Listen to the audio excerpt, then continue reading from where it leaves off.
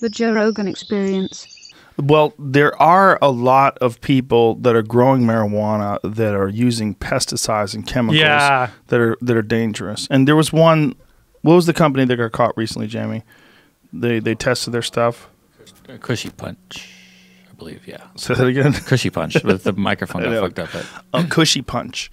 We had a guy named John Norris on the podcast, and he wrote a book called Hidden War, and he started off his career as a game warden.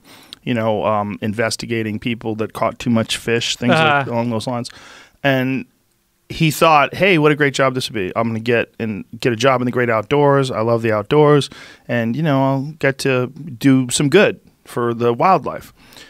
Well, turns out along the way they started stumbling upon these public land Mexican cartel grow operations where they would grow these marijuana plants, just giant plots of them, and they would use these extremely toxic pesticides. Oh, yeah. And also they would use poison to keep animals out. And they had vats of this shit laying around, and some of the marijuana was actually infested with this shit or infected. Yeah, my friend Amanda Chicago Lewis is this great journalist focused on marijuana, and yeah, she put the fear of God in me about those pesticides and carcinogens. And the other thing is just like these different oils that people are smoking. Some of them are marketed as like all natural, but they find synthetic cannabinoids in them. Mm-hmm. And basically, synthetic cannabinoids like K2 and spice are what they're known as sometimes. And people call it synthetic marijuana, but the big difference is that THC is known as like a partial agonist.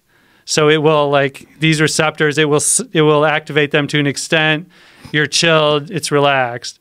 But the cannabinoids, they also interact with the cannabinoid receptors, same as THC, but they're full agonists. And so they make you basically like go crazy, and your heart starts beating fast. You start, people overdose and die on these cannabinoids. And these are all made in China too. I went into a lab in China where they made these, and they made fentanyl analogs. They let you in? Yeah, I mean, it was a whole thing. I like wrote them on the internet. I made a fake email address, and I said, I'm a drug dealer. I'd like to visit your lab. May I do that when I come to China? And they said, yeah. What? Yeah, that's like... Did you have a fake drug dealer name? I called myself, what did I call myself? I had this like Skype avatar picture where I looked like a bro, like a 23-year-old dude with like big hair, like kind of a stoner look. And they just, they said, yeah, come by. And so I went to Shanghai, and I met this guy at the train station, and he owned his own lab. And he asked me if I was a journalist, actually, like pretty straight away. He was like, are you a journalist, though? And I was like, no. It's like, no, crazy question. Do I look like a journalist? No. And so he didn't know whether to trust me. So we went to his apartment. It was like the top floor of this fancy high-rise. He's a total family man. He lived there with his wife and kid. Stranger. Brings a stranger to his home. Yep. Meets a guy who says he's a drug dealer, picks him up at the train station, says, hey, come to where my kids sleep. Yeah, exactly. Wow. And so then he showed me, because they had the website. A lot of these companies in China, they make legitimate chemicals and recreational chemicals. And they specialize in drugs that are legal in China, but banned in the West. So banned in the U.S. So what is illegal in China? Well, in the U.S., we have this thing called the Federal Analogue Act. And so that bans all these drugs even before they're invented. So anything that's similar to marijuana structurally or in effect, anything that's similar to opioids is just automatically banned, automatically scheduled. But in China, they have to do it one by one by one by one. And so fentanyl itself was scheduled in China, was banned in China decades ago. But these chemists, like this one I met, specialize in this window when something is banned in the U.S., but it's still legal in China, but it's become popularized on the internet. So there's all these websites, these web forums where these like drug nerds basically are like, you can't get fentanyl, but you can get this thing that's kind of like fentanyl. that's a what this hilarious guy term, said. by the way. Drug nerds. Yeah, yeah, that's what they are. And like Jesus. Psychonauts, I'm sure you've heard of Psychonauts, Sure, right? yeah. They specialize in these new, usually psychedelics they tend to prefer, that have never been tested on human subjects. But this guy was entirely specialized in fentanyl analogs and synthetic cannabinoids. And so he took out, he had his like fake list on his website of all the legitimate, like Cialis and, legitimate pharmaceuticals, things like that. But at his apartment, he showed me the real list. And that had all these, it was cannabinoids, fentanyl. It was like fake Valium, like different types of Xanax. And he showed me the prices, and I was like, all right, looks good. Can I go see your lab? And so finally he decided he trusted me. He called up his driver on the phone, and the driver showed up, and he was kind of this big, like, muscular dude who didn't speak any English. And I was a little worried. I was like, oh, this is the dude who's going to break my kneecaps when he finds out I'm a journalist, But I just got in the car, and we drove like 30 minutes to the outskirts of Shanghai. And we got to the lab, and it just looked like a regular office park, like a suburban office park. There was a fountain in front of the building. There was like, you use the key card to get in the parking lot. And then it looked like kind of a new construction building. It smelled like cement. We went inside. We went up to the labs. All the windows were open. It was the middle of the winter, and it was kind of a strong chemical smell. But it looked kind of just like Breaking Bad, like, like industrial-sized glassware, beakers, Bunsen burners, all that stuff from high school chemistry. And he points up, like, basically I had my recorder, on my phone, and I had it in my jacket pocket just on record. And so he told me I couldn't take pictures. And so to take notes, I would just say stuff aloud. I'd be like, oh, that's orangish, a light orange mixture that's being mixed up by a mechanical arm. And you say it's benzofentanyl, very interesting. And so, but the language barrier was such that he, didn't think I was being too much of a weirdo. But even though I clearly was. But the cannabinoids were crazy. There was like a table like this, like almost exactly this size, that was piled up with the cannabinoids that were there for drying. And they were mounds like this high, just sitting right out in the open. What'd they look like? Does it look like pot? No, because it's not a plant, It's just basically, it's a chemical that's sprayed onto plant matter, like dried sage and stuff like that. Really? So they try to make it look like pot, and, you can smoke that stuff out of a pipe or even roll it into a joint. But if you look closely, though, it's very clearly not pot. Wow.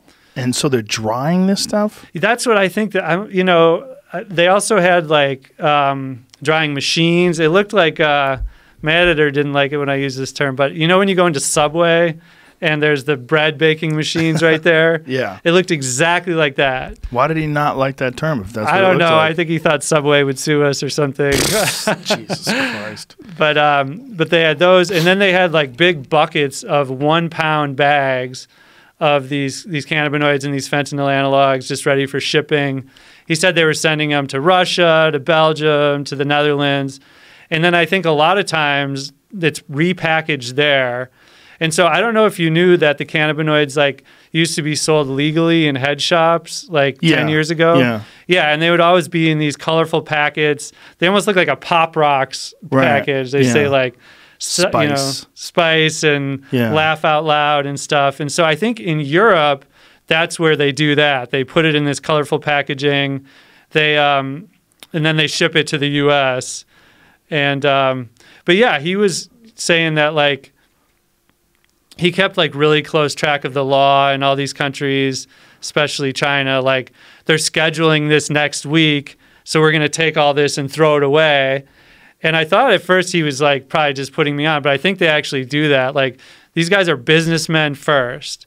They want to make money, and going afoul of the law, it just doesn't, it's not conducive. This is where bath salts came from, right? Exactly. Yeah. Bath salts tend to be cathinones. So synthetic cathinones. Have you ever heard of the cat plant? KHAT. Yes. Yeah. That's the hijackers, pirates in Somalia. They take love that. to take Yeah. that stuff. Yeah. It's really popular in the Middle East. It's a stimulant. It gets you really. Have you tried it? No, I never have. Yeah, but I grew up in Minnesota though, and there's a big Somali population, and so there was a big controversy in Minnesota whether or not to ban cat leaves from being sold in regular stores. Is it legal? I think it is. I think it's not legal in the U.S. now, if I'm not, but I don't know for sure. Interesting. But so it's KHAT. Is that? Yeah, exactly. And so the synthetic cathinones are the synthetic version of that, like made in a lab. But there's tons of different kinds. You don't know how strong it is, and the bath salts. Of course, it has nothing to do with like salts for your bath. You know, this was a misnomer, and they also called them like incense, and sometimes plant food. And on the back of all of them, it would say not intended for human consumption. So that was like the way they got around. They thought they could get around the Federal Analogue Act because part of the law says that something is automatically illegal if it's intended for human consumption. So these guys are like, not intended for human consumption. Right. Just put it in your bath. Yeah. Your bath smells like fucking toxic chemicals. Yeah. Do you remember when the homeless guy ate someone's face? Remember that? And they said he was on bath salts? Yeah, but that was actually disproven. There was none found in his system. He was just crazy? The Causeway cannibal, I think they called him. Yeah.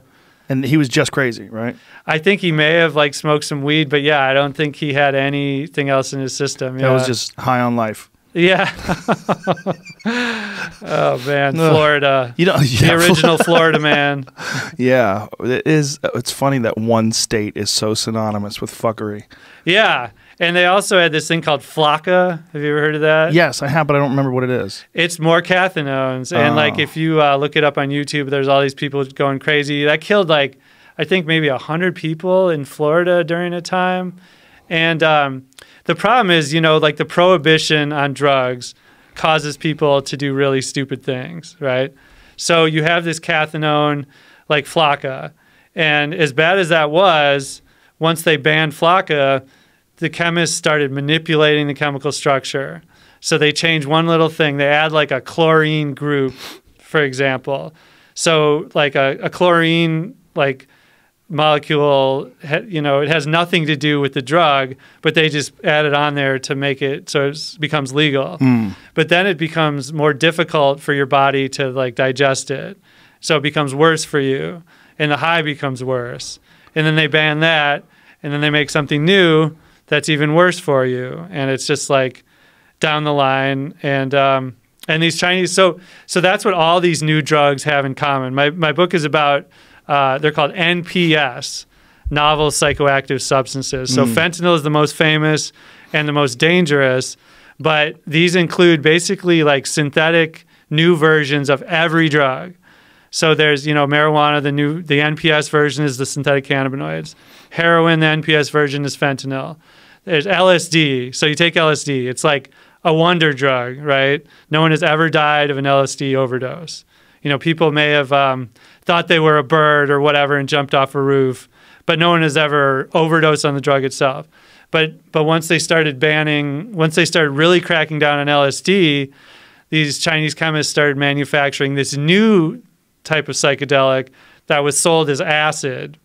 And so if you went on the dark web, this was like in the 10 years ago or so, 5-10 years ago, you would search for acid, and you would think you were buying LSD, but you were buying this new psychedelic that could kill you and did kill you. These drugs are called N-bombs. It's like the worst name of all time. These N-bomb drugs, and they started killing people in like the suburbs in Dallas. Your phone's ringing. Ooh, fail. And yeah. You really were a music editor. Yeah. So these kids all thought they just wanted, they did their research. These were like smart kids who said, oh, LSD has never killed anyone. Let's get this new thing, and it killed them. And so it wasn't really LSD. It was just nothing in common at all. Yeah.